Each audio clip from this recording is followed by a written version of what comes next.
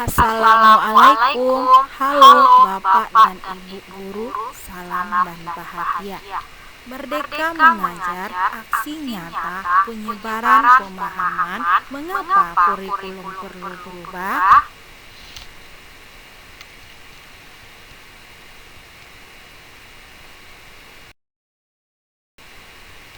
Kurikulum harus berubah karena kurikulum bersifat dinamis, mengalami perubahan.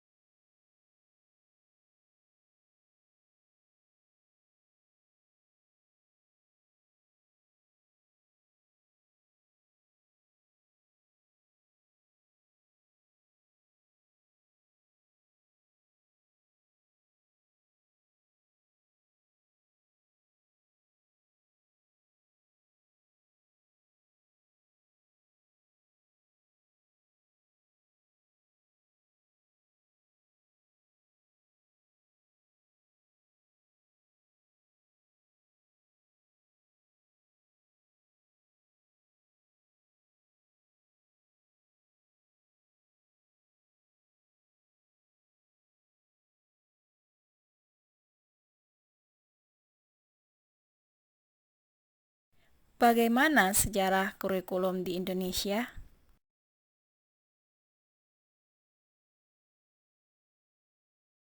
Kurikulum yang berjalan saat itu dikenal dengan sebutan Rencana Pelajaran 1947 yang baru dilaksanakan pada tahun 1950.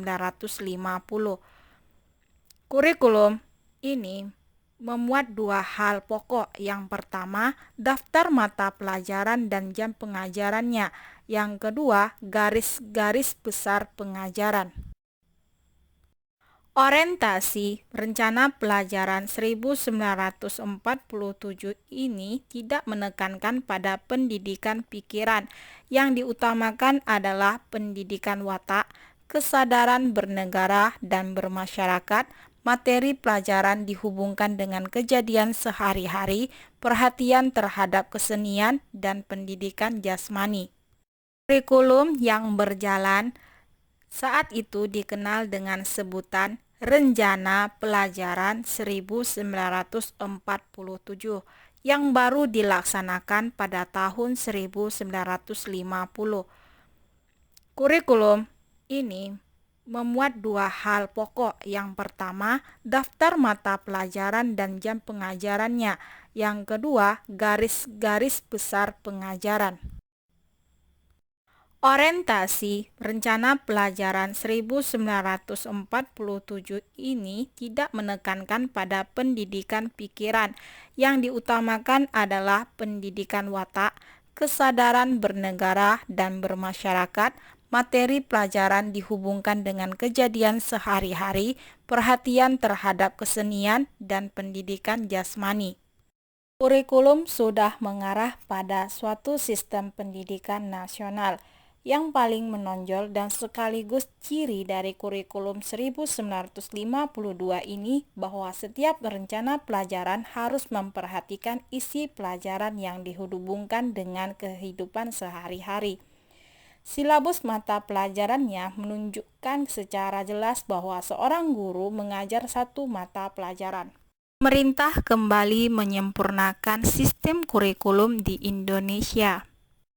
Pemerintah mempunyai keinginan agar rakyat mendapat pengetahuan akademik untuk pembekalan pada jenjang SD, sehingga pembelajaran dipusatkan pada program Pancawardhana, yaitu pengembangan moral, kecerdasan, emosional, artistik, dan jasmani. Pancawardhana berfokus pada pengembangan daya cipta, rasa karsa, karya, dan moral. Pendidikan dasar lebih menekankan pada pengetahuan dan kegiatan fungsional praktis. Kurikulum 1968 bertujuan Pendidikan ditekankan pada upaya untuk membentuk manusia Pancasila sejati, kuat dan sehat jasmani, mempertinggi kecerdasan dan keterampilan, moral, budi pekerti, dan keyakinan beragama. Isi pendidikan diarahkan pada kegiatan mempertinggi kecerdasan dan keterampilan, serta mengembangkan fisik yang sehat dan kuat. Kurikulum 1975 banyak dikritik karena guru dibuat sibuk menulis rincian apa yang akan dicapai dari setiap kegiatan pembelajaran. Setiap satuan pelajaran dirinci menjadi tujuan instruksional umum, tujuan instruksional khusus, materi pelajaran, alat pelajaran, kegiatan belajar mengajar, dan evaluasi. Kurikulum 1984. Kurikulum ini juga sering disebut kurikulum 1975 yang disempurnakan.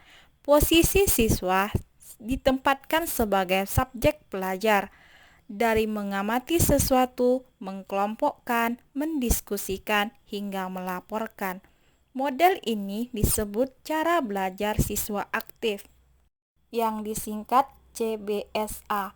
Tetapi banyak sekolah kurang mampu menafsirkan CBSA sehingga penolakan CBSA bermunculan. Kurikulum 1994 banyak kritikan berdatangan disebabkan oleh beban belajar siswa dinilai terlalu berat, dari muatan nasional sampai muatan lokal.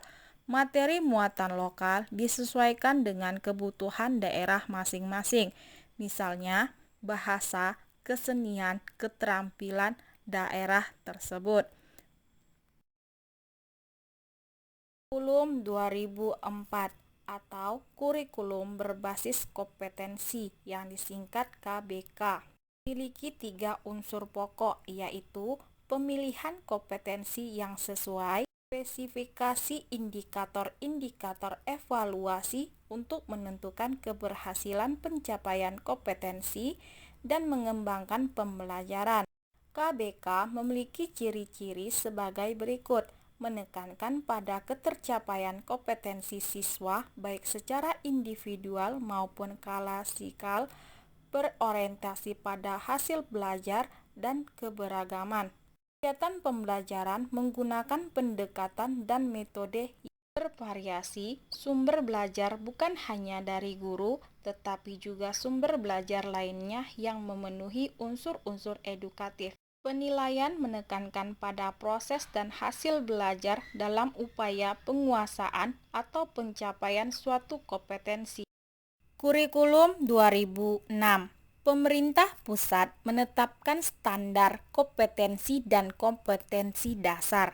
Sedangkan sekolah dalam hal ini guru dituntut untuk mampu mengembangkan dalam bentuk silabus dan penilaiannya sesuai dengan kondisi sekolah dan daerahnya.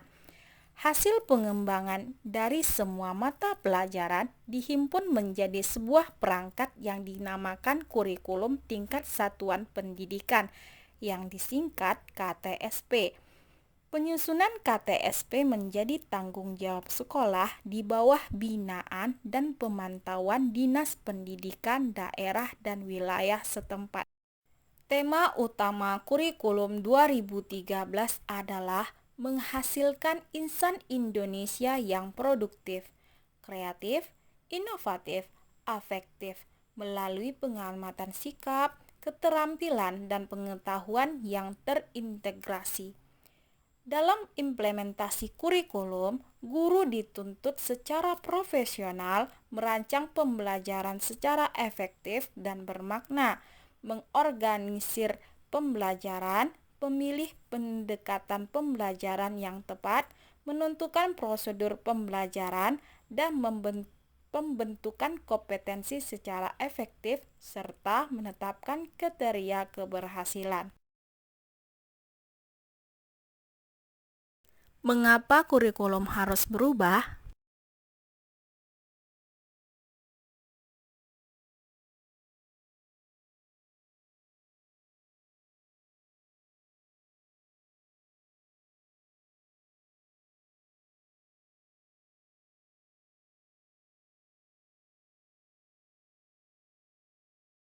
Kurikulum Merdeka Belajar merupakan pengembangan dan penerapan dari kurikulum darurat yang diluncurkan untuk merespon dampak COVID-19. Tujuan kurikulum Merdeka Belajar, siswa diharapkan mengembangkan kemampuan literasi dan numerasi yang mereka miliki dengan dasar penilaian yang dilihat dari kemampuan melakukan analisis serta berpikir kritis melalui kemampuan analisis kognitif setiap siswa.